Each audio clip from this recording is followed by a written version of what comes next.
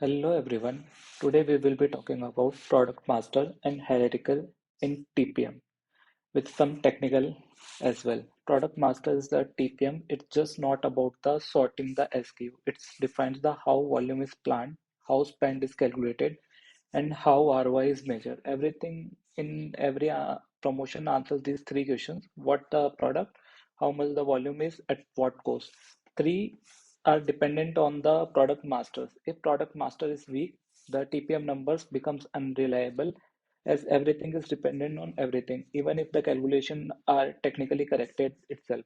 So let's talk about why product master is fundamental in the TPM. TPM is always answers the product based questions. How much did a brand A sell? How much spend went into the category X? What is the ROI of the product Y? If hierarchy is wrong, KPI pull-ups lie, and if product are missing, promotion cannot even be created. This is the why product master is issue and surface immediately during the UAT itself.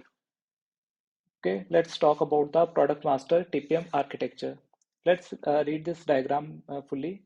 Sales org is defined as the scope. We already know about the sales org from the previous videos. Product hierarchy defined as the aggregation, like aggregating everything onto the single org. So, like product have the multiple categories: brand A, brand B, beverages, snacks, those kind of things. Assortment defines the availability, which product is available for the which customer and for which not. KPI is and the PNL calculation financial outcomes, and the notice the product master touches the every downstream layer almost using this. Let's talk about the product hierarchy levels. Most of the TPM implementation uses the multi-level hierarchy. Category is used for the high level reporting. Brand is the most commercial relevant level. Product or SKU is a sellable unit kind of thing, and the KPI is can be planned and analyzed at the time of these levels. Hierarchy determines how number roll-ups, and the flat hierarchy breaks meaning for reporting as well. So let's talk about KPM aggregations and the roll-up. Okay, KPI is calculated at the lowest level. We already know about this, and they roll up to the hierarchies, and if hierarchy is incorrect, KPI is still roll up but incorrectly. This is the why hierarchy design is financially critical kind of activity. So always need to design a product accordingly, so we will able to calculate everything cleanly. Let's talk about available versus displayed product levels. Available product levels controls what user can plan. Display product levels controls what user can see. Both are configured in the template itself. This affects the CBP, grids, promotion, P&L, and reports as well. Most missing product level issues are backtraced here only in the project. Let's talk about the product attributes. Product attributes improve the usability, not calculation. Pack size, container size, and flavor kind of thing. They allow the filtering during the promotion selection, configuration on the product object reuse across the TPM. This is the critical for the CAM adoption.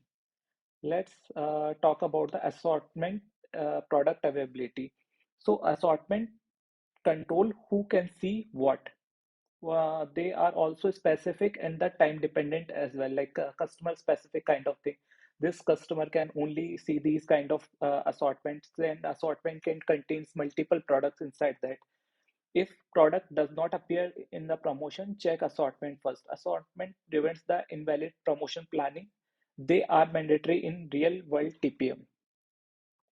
Let's talk about the product definition policies, static versus dynamic.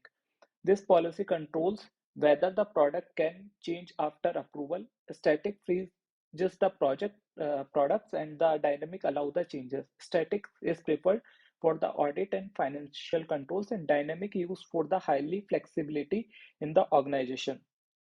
Let's talk about some shipment dates available, shipment date freezing logic as well. Shipment dates are often trigger the freezes, and once the shipment is begin, structure must remain stable. We cannot change the structure after the shipment is begin. This the product KPI, and this protects the KPI and the spend integrity as well. Ignore these leads to the audit failure. Ignoring these kind of things will result in the audit failure also. The product level in the CPP versus the promotion versus P&L. CBP supports the planning at the multiple levels. Promotion also support the category, brand, or product. P&L aggregate the based on the hierarchy. Templates control everything. Let's talk about some product driven. I think we already talk about this thing. So let's go on the another slide.